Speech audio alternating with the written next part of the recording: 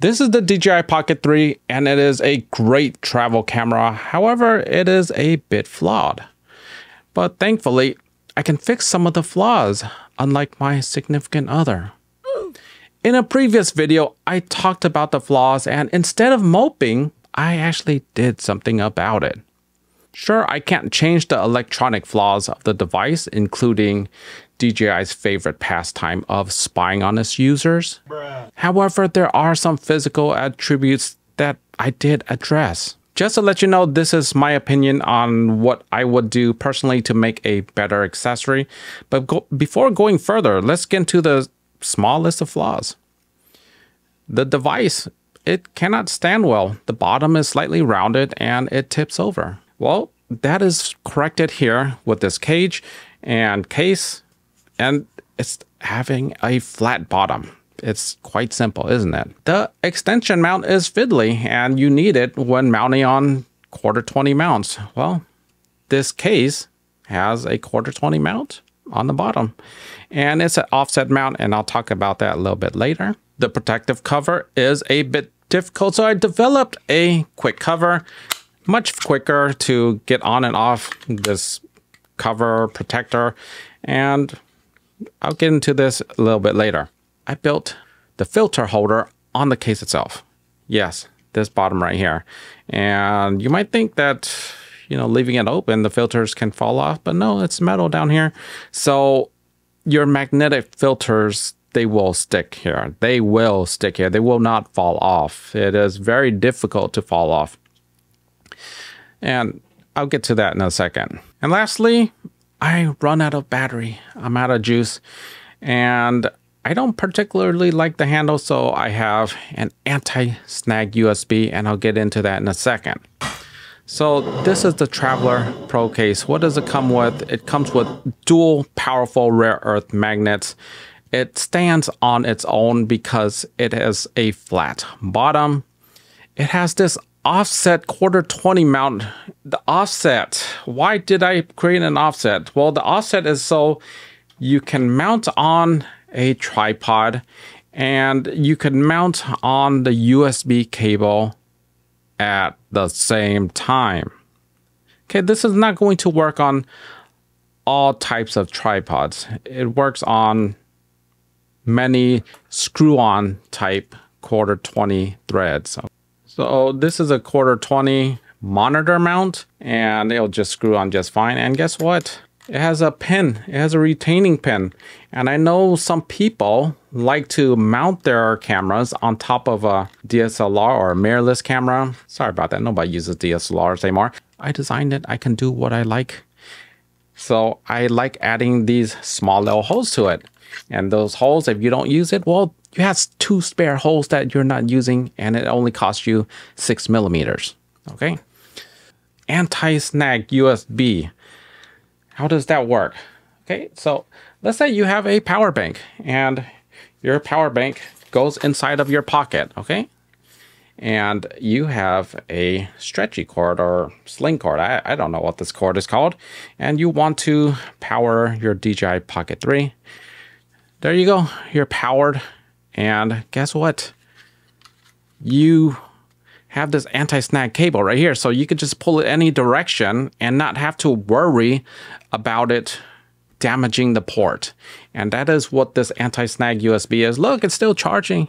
I told you it's not going to be damaged. Okay, so sure, I mean, if you yank it full force, it's going to damage the cable, but it's not going to damage the camera. And so the downside with this is that it is a smaller hole. That means that not everything can fit into it. Take, for instance, this 60-watt cable. It is thick. And here is a cheesy little 5-watt cable. You can see the thickness is quite different. The 60-watt cable, yes, it does fit. But that is like the limit right there. If you have a thick 100-watt cable, there's a chance that it might not fit into the slot, and that is just a one downside. Pretty much all of my cables, I don't have any 100-watt cables, but actually I do have, I take that back. I do have one 100-watt cable, and it does not fit in here, but 6C and below, most cables is gonna fit into here, including the Boya mic cables. Okay. So another thing about this is that the storage. Okay. So right here, I have an AirTag because, you know, I carved it out for filter storage, and you can definitely fit filters. You can fit two comfortably. You can stack filters. I wouldn't recommend stacking them because the magnetic force weakens when you stack in filters. It's just not that strong. But if you have just two filters on, great. If you have, you know, a total of 6 stacked, you know, it's kind of iffy, right? I wouldn't do it, but you can theoretically fit a lot of filters in this thing. And the magnets, they're positioned in the way that they retract from the magnets of the filters, and it just actually pushes down even harder. And I have an AirTag, and this AirTag is kind of stuck in there for two reasons: because I notched it out perfectly for the AirTag. Secondly, because the magnet kind of keeps it in. I mean, you would think that it would just fall out, right? But this AirTag is actually quite difficult to remove. And because of the taper, this thing is not falling on its own. I'm not saying that this thing was made for AirTag. I just made that slot just in case you want to try it. But I'm having a difficult time just removing my AirTag. So there you go. It's removed. Putting it back in, that means it's stuck in there. Some older married folks like myself may be prone to not only losing their hair, their sanity, their memory, but also losing their camera, hence the reason for this AirTag system. So other things that this has is that it is fit by compression, and it stays fit. I'll show you how to do that in a second. It has access to the SD card, right? Simple, right? Simple, but some people haven't thought of that. DJI. And it's Arca Swiss compatible, because why not? You know, this bottom part is like perfectly sized for Arca Swiss, so might as well make it Arca Swiss compatible. And this thing comes in at 67 grams. So compared to something like this little Pulis bottom, that is much smaller, by the way, but it doesn't give you Arca Swiss. It gives you a charging port, but it can be damaged, and it doesn't give you the retaining pins, whatever. This is 53 grams. This is 67. So you're gaining, it's a little bit heavier than this little connector, but it's still very lightweight. Lastly, it's compatible with this quick cover. Duh, I mean, I made the part, so they should be compatible, right? And it's not also, it's also compatible with Sunny Life stuff. So if you think my quick cover is trash, you don't have to buy it, and you can use this Sunny Life thing, all right? And here's the Sunny Light cover. I just don't love the Sunny Light stuff. It's good for like really budget stuff, but this Sunny Life cover, it has a problem in that for some reason I'm always hitting this record button in my pocket somehow, and it turns on. So I created my own case. Not only can I don't press this button anymore because it has a cover, there's a small indent so that, you know, there's no way you could accidentally press the button because there's a gap.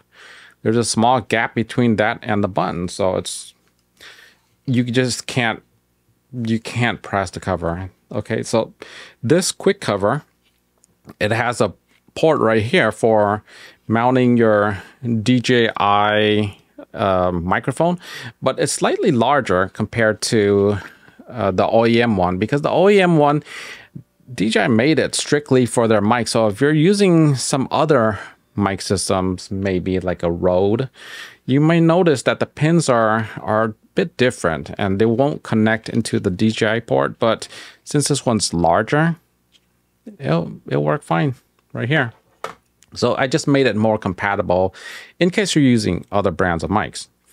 And so this is the quick cover, and it has access to view your LCD, and it is just designed for quick. I mean, I made some design decisions, and leaving this side open can be a fatal flaw for some people. I get it. But do you want it to be quick and accessible? Or do you want it to be fiddly and slow and just not so great? Okay, so it's just a design decision, and there is a flaw to it. I mean, if you're using this nonstop like here, there's a good chance that you might wear out the side the finish. But, you know, this thing is metal, so it doesn't seem like it's wearing too badly or at all. But I'm just saying that's just something to keep aware of. Again, design decision. So you just snap it into place. It holds fairly tight. I'm taking a risk right here, just holding. And it removes really quick. It's smooth, gets it in and out of your pockets really quick. That's just the whole appeal of this whole system, is that you want it quick, you want it powerful, and you want it convenient. Take note that the DJI Pocket 3 Quick Cover does not have a filter holder. That was moved to the case. That was a design decision, and you may or may not agree with it. Another thing about this is that it is much quicker than OEM. It's easier to fit in your pocket, and it's somewhat impact resistant. I'm not saying that's not going to break at all. You know, if you smash into the floor, of course it's going to break. I mean, if you smash it with a hammer, sure, it'll break. But if you drop it from waist level, it's probably not going to break. It's just going to spring right up. It's also not very heavy. I believe this comes in at 30-ish grams. Let me see, 32 grams. It's 133 by 50 by 36 millimeters. So it's not too big. Okay, so just easier to fit in your pocket. It's less of a burden. Okay, so that's the whole point of this cover, because you kind of need it. And at the same time, you want to minimalize it. And that is the point of the cover. Okay, so I've been using these magnets in all sorts of places, and they stick really well to flat surfaces, but even non-flat surfaces, I was able to stick this onto a pole. Think of a sign, a circular pole of a fence. Okay, so think about it. When you're on a fence, it's a circular pole. You don't have full contact. However, that straight line was enough to keep this and keep it in a safe spot. Okay, so these magnets, they are very strong. There is no skimping out when it comes to these magnets. They are strong. And if you have your object on something, and I'm not saying that it's going to survive if you put it in a car. I did test it on a car briefly, but I wouldn't recommend it be used on a car, just because driving, you could hit bumps and all sorts of things. And I don't want you to have a broken camera or anything. But if you have a strap connected to the backside of the camera or the side of the camera, and that strap goes into a safe place, acts as a secondary insurance system, yeah, I would put it on the car in that case. I just wouldn't expect this to drive in full traffic or going at highway speeds and to be safe, because I didn't really make it for that. It's designed to be stationary. Just stick it on something and record. Okay, it's not designed to be mounted on a bike just on magnets. That would be ridiculous. Don't do that, and don't damage your camera. Just use your instincts. We're all grown-ups here, I hope. Let's talk about another design decision, and that is to make it a little fatty type of case. Of course, I could make it taller. Well, if I make it taller, then yeah, I might as well go buy the Scotty Makes Things case, okay? That thing is tall, is massive, it is strong, it is robust, and it's great for a lot of people. But I just want to keep it small, and I thought that creating it, making it fatter, is more acceptable than making it longer, because this thing, it can grow a bit wider. That is, when you're gripping it, it's by itself, it's kind of underwhelming.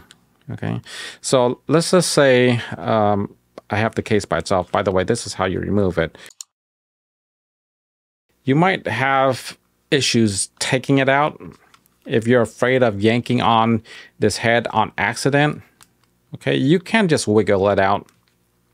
But I'll include this little tool. It's just a cutout of the USB. So you just basically, you put it in the bottom and then you just push upwards and the whole thing is going to come out. Okay. So it comes out just enough and then you could pull the rest of the way out. Yeah, same way, you just push it down and it stays in place via compression.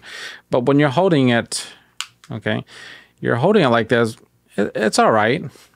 I don't mind it, but you're kind of covering your buttons. It's just whatever. But now if you have a case, it's just so much more substantial now.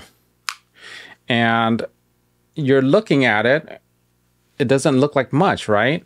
It didn't look like the case grew, but you look from the side, which people don't get to do. Yeah, the case grew a lot. And now you hold it, everything is more ergonomics, easier to access the buttons. Your fingers have more things to grab, okay? So it's just a lot easier to hold now that it's a much bigger case. And at the same time, I tried not to grow it too big because it's a travel case. You're supposed to keep it small. It's a travel case.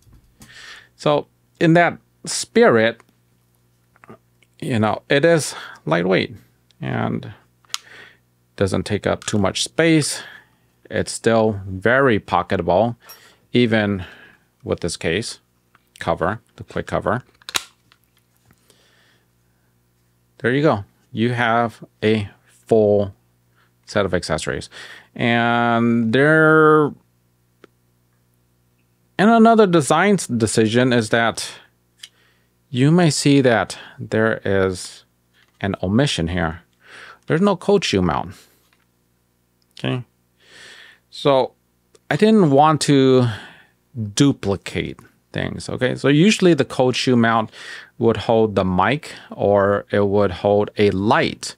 And I didn't like it for the light just because it was down here. If it's down here already, then I'm going to go no light, okay? Most of the time, I'm just going to go no light, or I have it separate on the stand because just down here as a light, it's not going to look that great, to be honest. I'll have it on a light stand, go down. And even if it's a small little tripod, I put it on a box, whatever. I just don't want it down here, pointing upwards at my nostrils. It just, the world doesn't need to know about my nostril hairs, okay? So if it's for the mic, again, duplicate. Why? Because the mic uses Bluetooth. Some of you might not have that mic, then okay, you plug it down here, you let it dangle, whatever, or have it on a tripod. But I didn't want to block this area with even more stuff than it needs to, and then it gets bulkier. And I could have made it taller, so I have the AirTag on the bottom and filters here. You know, these are design decisions, and I just went with the minimalism while still having a lot of features right here. Like for instance, the magnet system. Okay, you think I'm wasting space by extending it, but it's not really that's the case. It's just because you literally have to. Otherwise, if you're flat against something, this ball head right here, the gimbal head, is going to hit something. So I had to make that space. Otherwise, I would make it flat. Why would I extend it out? So if I'm going to extend it out, okay, I could put filters here. I could put AirTag here. So everything comes at some sort of decision, right? So because of the design decisions, there are some things that may not jive well with some people. That means that your extension handle, you're not going to be able to use it. That means your battery pack or battery handle, you're not going to be able to use it. And that was a necessary evil. And sometimes you have to be evil just a little bit. I designed it so that you can't use those accessories, and that could be a good thing. For me, it was a good thing because I absolutely hated using those accessories, but it just means that you have less fiddly stuff around. You don't have those accessories, and if you have parts that mount to those accessories, well, sorry. Okay, so that means those accessories, they are paperweight. And that small little tripod, it's also paperweight. Because now you can just stand this flat. And the great thing about the DJI Pocket 3 is that the tilting head. The tilting head, all right. We were talking about the quarter 20 on the bottom. Okay, so the quarter 20, this offset quarter 20, it's not centered, and that's kind of dumb, right? I mean, why would you put a quarter 20 that is offset like this? Well, it turns out that the DJI Pocket 3, whether you're working like this, now it's centered, now it's off-centered. You're working like this or not, the gimbal has a tendency to level itself. It has a tilting head, unlike most other cameras. Cameras don't have a tilting head. So as you can see right here, I could just simply tilt up and down, even if the camera is slightly angled. Okay, so that is the genius of having the gimbal, and gives me the flexibility of making an off-center tripod axis. And that means that, you know, you are on a tripod at this point. You could be on your table at this point. And also you could be charged at the same time with the 60-watt power delivery cable. And that is a good thing. So now you're charged, you're on the tripod,